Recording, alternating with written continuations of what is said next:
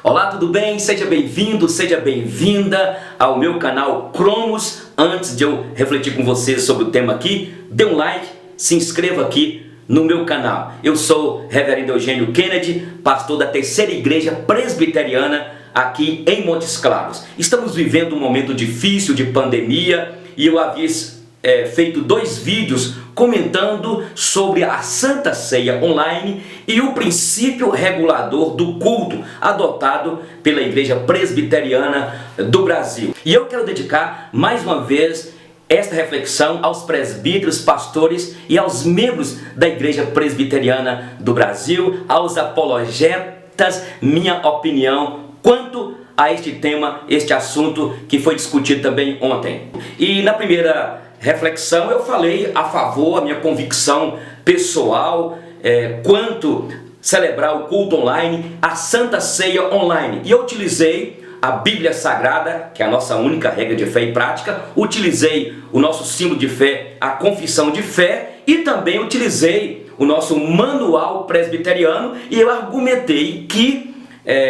ao celebrar o culto online, a Santa Ceia online, eu não estarei ferindo estes princípios e principalmente o princípio regulador do culto. Depois eu falei sobre o princípio regulador do culto. Eu não sei se você assistiu ontem, mas está no canal do Reverendo Augusto Nicodemos, Dr. Augusto Nicodemos, e ontem teve uma live muito chique, muito especial, com brilhantismo, com excelência, com esses doutores da Igreja Presbiteriana do Brasil, que nos dá orgulho de poder vê-los conversando ali de uma maneira tão espontânea, de uma maneira cristã, cheio de amor, de misericórdia. Não sei se você assistiu, e eu quero aqui fazer as minhas observações, porque ontem, primeiro eu quero dizer aqui que eles mesmos disseram ontem que eles não estavam ali representando a Igreja Presbiteriana do Brasil e respondendo pela Igreja Presbiteriana do Brasil, que tem a CE, tem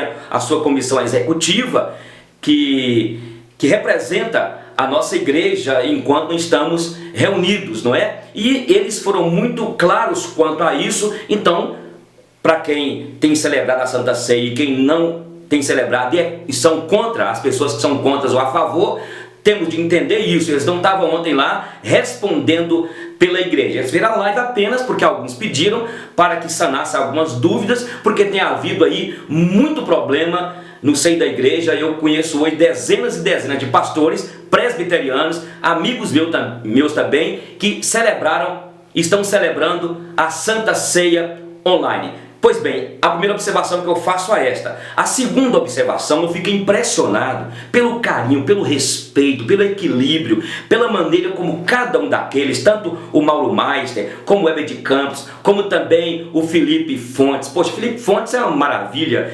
Também o Reverendo Augusto Nicodemos, com quanto eles posicionaram contra o culto online e a Santa Ceia online, com quanto fizeram isso, não me convenceram, a minha convicção continua, mas eles foram respeitosos. E até exortou carinhosamente para que os pastores tratassem, uns aos outros neste momento difícil, com carinho, com respeito, com amor, com delicadeza. O que não aconteceu comigo, porque um pastor, um reverendo, veio entrar na privacidade do nosso conselho, tal como reza a nossa Constituição, que é do conselho, nos momentos de dificuldade de doutrina, como o concílio não deu uma resposta, não ainda deliberou, não teve uma jurisprudência sobre alguma doutrina com a dificuldade e que traz alguma beligerância entre a comunidade, isso é privativo do conselho, do pastor, e ele invadiu, dizendo que a Santa Ceia é pecado. Eu falo agora, o terceiro aspecto foi esse, que nenhum deles são doutores, são pessoas que sabem conversar, são doutores que sabem definir e respeitar até a falha do outro. Nenhum deles disse, é pecado celebrar a Santa Ceia, é pecado, olha, vai ser excomungado da igreja quem fizer isso. Não fizeram isso. Então esse é um momento de respeito um ao outro, não é? Mas veja bem, também eu achei ontem que eles não falaram, é minha opinião, eles não falaram ontem, por exemplo, sobre a questão da confissão, o que reza a confissão. Por exemplo, existe no nosso princípio regulador do culto, baseado em Êxodo 20, defendido pela nossa confissão de fé de Westminster, que existem os elementos. Quais são os elementos? A leitura da Bíblia, a pregação, também temos lá os cânticos, os hinos que nós cantamos para Deus. Pode então ter aquele momento onde conclamamos o povo para o jejum. Tem também o momento que pode haver aquela cerimônia dentro do culto de ordenação, onde o diácono, o presbítero eleito, ele é consagrado, ordenado para os 5 anos. Pode também acontecer, e é preciso, a celebração dos sacramentos ordenados, sagrados, ordenados por Cristo, a Santa Ceia e o batismo. Então eles não trabalharam essa ideia, não usaram a Bíblia, não usaram a nossa confissão de fé. É verdade que o tempo foi pouco, e quem sabe fica a sugestão aí para um próximo, não um debate, mas para que os temas propostos tenham mais tempo para poder argumentar, porque também, gente, confesso a vocês, pastores têm entrado em contato comigo, presbíteros, que eu passei por igrejas. Eu tenho 36 anos dentro da igreja presbiteriana, eu tenho 32 anos como pregador, 10 anos como evangelista e 22 anos na mesma igreja. Então as pessoas, o que você acha? Pode ou não pode? Eu falo para meus colegas pastores de seminário e tudo, olha, faça segundo a sua consciência, eu aconselho aí. Eu ainda não fiz, porque eu estou esperando uma decisão aí, uma palavra da comissão executiva, uma palavra assim: a igreja define isso, a igreja exorta, a igreja não determina, mas a igreja aconselha para o bem da comunidade presbiteriana. Eu creio que todos os pastores que estão fazendo isso, eles irão então retroceder tal como eu. Mas se não houver, eu vou celebrar, inclusive de 15 em 15 dias, pela perda que eu tive e não esperar, não ter até agora respondido. Bem, mas eu fico com raiva, eu fico irado, é quando alguém intromete no seu ministério, coloca lá o bedelho no seu ministério, sem educação, sem respeito, sem amor, e muitas vezes te julga por palavra de terceiros. Ontem eu não vi, voltando aqui, né? Ontem eu não vi falando também sobre a questão da Santa Ceia, levar por a pessoa doente. Eu levei a Santa Ceia para uma irmãzinha, tem tempo, de mais de 80 anos, na casa dela, só estava ela e uma irmã dela que era até de uma religião dessas aí, da área do espiritismo, e eu levei só eu lá com ela.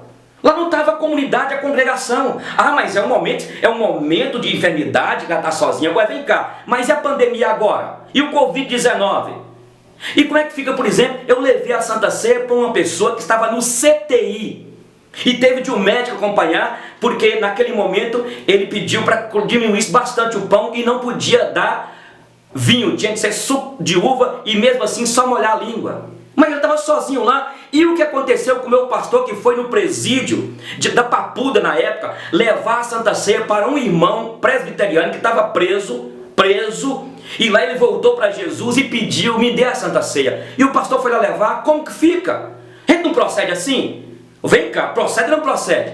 Então o problema é que nós temos dificuldade de questionar, não é o novo para mudar, gente, não é colocar um adereço. Isso é um momento de pandemia. Agora eu não acredito, presta atenção, eu não acredito que a Santa Ceia, ali a transubstanciação.